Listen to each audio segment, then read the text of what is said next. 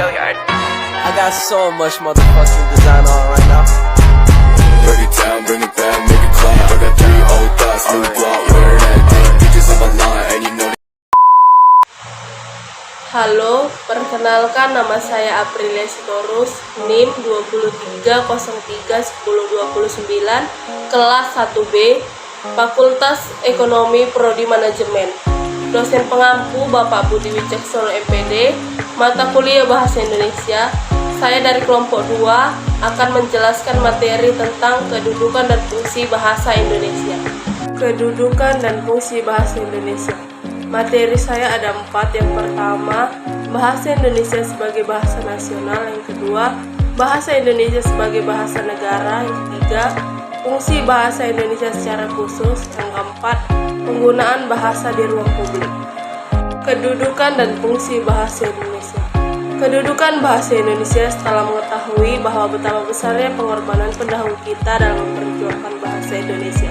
Tentu perlu dipahami bagaimana bahasa Indonesia seharusnya digunakan dalam kehidupan kita sehari-hari. Penggunaan bahasa Indonesia yang sesuai dengan kedudukan dan fungsinya akan mengangkat martabat bangsa kita tercinta. Mari kita pahami bagaimana kedudukan bahasa Indonesia. A. Bahasa Indonesia sebagai bahasa nasional. Bahasa Indonesia diantaranya berfungsi mempererat hubungan antar suku di Indonesia. Fungsi ini sebelumnya sudah ditegaskan dalam Ikrar Sumpah Pemuda 1928 dalam butir ketiga yang berbunyi, "Kami putra dan putri Indonesia menjunjung bahasa persatuan bahasa Indonesia." Kata menjunjung dalam KBBI antara lain berarti memuliakan, menghargai, dan menaati, atau nasihat, perintah, dan sebagainya. Ikrar ketiga dalam Sumpah Pemuda tersebut menegaskan bahwa para pemuda bertekad untuk memuliakan bahasa persatuan, yaitu bahasa Indonesia. B. Bahasa Indonesia sebagai bahasa negara. Bahasa Indonesia sebagai bahasa negara dikukuhkan sehari setelah kemerdekaan Republik Indonesia, dikumandangkan atau seiring berlakunya Undang-Undang Dasar 1945. Dalam pasal 36 Undang-Undang 1945 menegaskan bahwa bahasa negara ialah bahasa Indonesia. Sebagai bahasa negara, bahasa Indonesia berfungsi sebagai bahasa dalam penyelenggaraan administrasi negara, seperti bahasa dalam menyelenggarakan pendidikan dan sebagainya. C. Fungsi bahasa Indonesia secara khusus. Ada 4. Yang pertama, mengadakan hubungan dalam pergaulan sehari-hari. Manusia dalam makhluk sosial yang tak terlepas dari hubungan komunikasi dengan makhluk sosial lainnya. Komunikasi yang berlangsung dapat menggunakan bahasa formal dan non-formal. 2. Mewujudkan seni atau sastra. Bahasa dapat digunakan untuk mengekspresikan perasaan melalui karya sastra seperti syair, puisi, cerita, dan lain-lain. Yang ketiga, mempelajari bahasa-bahasa kuno. Dengan mempelajari bahasa kuno, akan dapat mengetahui peristiwa atau kejadian di masa lampau.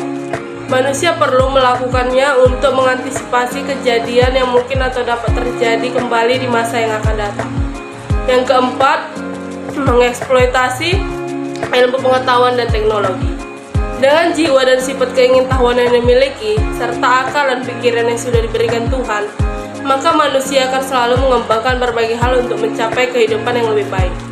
Pengetahuan yang dimiliki oleh manusia akan selalu didokumentasikan supaya manusia lainnya juga dapat mempergunakannya dalam melestarikannya demi kebaikan manusia itu sendiri. B. Penggunaan bahasa di ruang publik. Penggunaan bahasa Indonesia semakin menurun akibat adanya kecanggihan teknologi, mengakibatkan salahnya penggunaan bahasa Indonesia yang baik dan benar. Masyarakat maupun pengguna ruang publik jarang mengenal kata yang baku dalam bahasa Indonesia. Masalah ini merupakan tantangan yang cukup serius bagi bangsa Indonesia itu sendiri. Banyak sekali orang yang tidak mengetahui bahwa pemerintah sudah mengatur aturan dalam berbahasa di ruang publik, yaitu dalam Undang-Undang Republik Indonesia Nomor 24 Tahun 2009 Pasal 38 Ayat 1 yang berbunyi, bahasa Indonesia wajib digunakan dalam rambu umum, spanduk, dan alat informasi lain yang merupakan pelayanan umum. Kesimpulan, Berdasarkan penjelasan di atas, dapat kita ketahui bahwa kedudukan dan fungsi bahasa Indonesia yang teramat penting di Negara Kesatuan Republik Indonesia ini, sehingga memerlukan perjuangan yang tidak mudah untuk kita sebagai kaum muda dan pelajar mempertahankan dan mengembangkannya. Bahasa Indonesia memiliki fungsi dalam segala bidang, baik sosial, budaya, pendidikan, dan ilmu pengetahuan. Peranan bahasa Indonesia sebagai pengantar dan penghubung di masyarakat sangat penting, sehingga masyarakat kita mampu mengembangkan pemikiran dan ide-ide dengan baik. Bahasa Indonesia dalam kenyataannya sekarang ini mulai redup di dalam jiwa kaum muda dan pelajar. Hal ini terlihat kenyataannya di masyarakat, di mana mereka lebih bangga dan senang apabila mampu berbahasa asing ketimbang menggunakan bahasa Indonesia. Bahasa Indonesia dicampur-campur sehingga tatanan atau ejaan yang disempurnakan tidak diindahkan lagi, yang mengarah tidak sesuainya lagi tatanan itu. Di lingkungan keluarga, orang tua sudah membiasakan anak-anak untuk menggunakan bahasa asing karena bahasa asing dianggap penting di dunia pendidikan nantinya, sehingga tidak jarang remaja sekarang enggan jadi berbahasa Indonesia. Jadi dapat disimpulkan, sekarang Indonesia mengalami darurat atau krisisnya jiwa nasionalisme terhadap bahasa Indonesia. Baik, saya memiliki 5 pertanyaan untuk teman-teman terkhusus kelas 1B. Yang pertama, jelaskan kedudukan dan fungsi bahasa Indonesia. Yang kedua, jelaskan pengertian bahasa Indonesia yang baik dan benar. Yang ketiga, jelaskan isi UU Republik Indonesia Nomor 24 Tahun 2009, Pasal 38 Ayat 1 tentang penggunaan bahasa di ruang publik. 4. Tuliskan dalam pasal berapa bahasa Indonesia dikatakan sebagai bahasa negara. Kelima, ada berapa materi yang saya bahas, sebutkan materinya.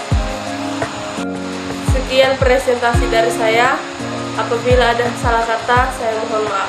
Sekian dan terima kasih.